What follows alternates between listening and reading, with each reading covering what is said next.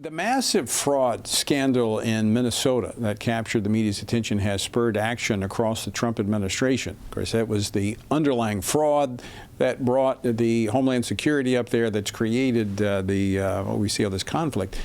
It's interesting you compare the Trump administration to the Biden administration. You might recall this. The Biden administration, after the overturn of Roe v. Wade, they wanted a whole of government approach to trying to advance abortion. And they figured out several ways to do it. The Trump administration really has a whole of government response to this corruption and this fraud that's taking place in Minnesota. And what we're finding out is like an onion. It's layer upon layer. Well, last week, the administration announced the creation of a new division in the Justice Department for national fraud enforcement, because it apparently goes beyond the boundaries of the borders of Minnesota. And the Agriculture Department announced its suspension of federal financial awards to Minnesota and Minneapolis. Well, last month, the Department of Housing and Urban Development, HUD, sent federal employees into Minneapolis and St. Paul to conduct their own investigation. And what have they found out?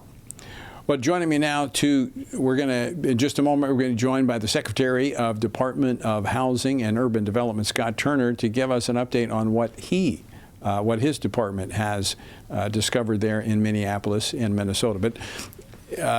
And we now have him. Secretary Turner, welcome back to Washington Watch. Thanks so much for joining us.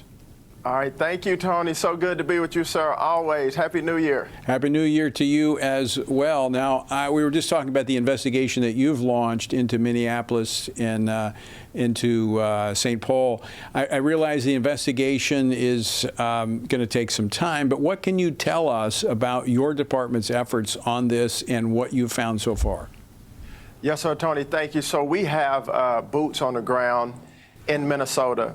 And through our fraud prevention, we have found that there is likely over $84 million in eligible assistance that was given to the state of Minnesota during the Biden administration, including almost $500,000 in improper assistance to over 500 dead tenants. And so you think about that, Tony, over $84 million of hardworking taxpayer money that was shelled out during the Biden administration in improper assistance and serving over 500 dead people with almost $500,000 of assistance. This is a lack of stewardship. It's gross negligence.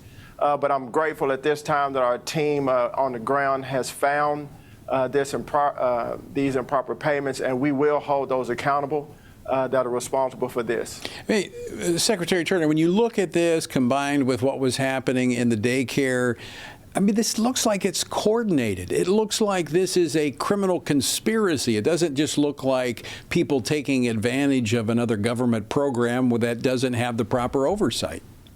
No, it is. It seems like it is coordinated, and every stone that's being unturned shows us really the negligence and turning a blind eye and the lack of financial controls and really the lack of caring about the American people and taxpayer money that goes to fund these programs in Minnesota and other places around the country. And so I know under President Trump, Attorney General Bondi, the vice president, who now has announced a new associate attorney general to go after fraud, waste, and abuse in our country. I'm so glad that we have this opportunity to be transparent before the American people and root out this fraud and bring those to justice who have really criminalized the programs that were meant to help American people in need.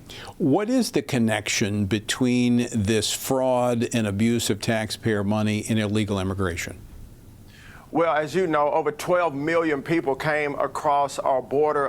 Illegal migrants, illegal aliens came across unchecked, which has really caused the housing supply in our country to be squeezed. It's caused the cost of housing to go up. Nearly 100% of the rental demand in states like New York and California is due to illegal immigration. And so this has been a great burden on our country, but I'm thankful to the President, to Secretary Noem, Mr. Holman, and others that have secured our border.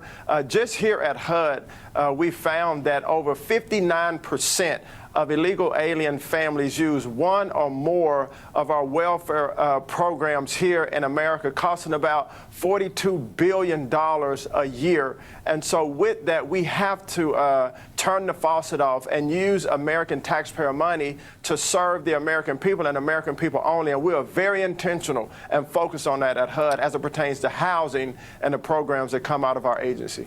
Secretary, we just have about 45 seconds left. You've been partnering with the faith community and churches to address homelessness nationwide. Very quickly, tell us about that.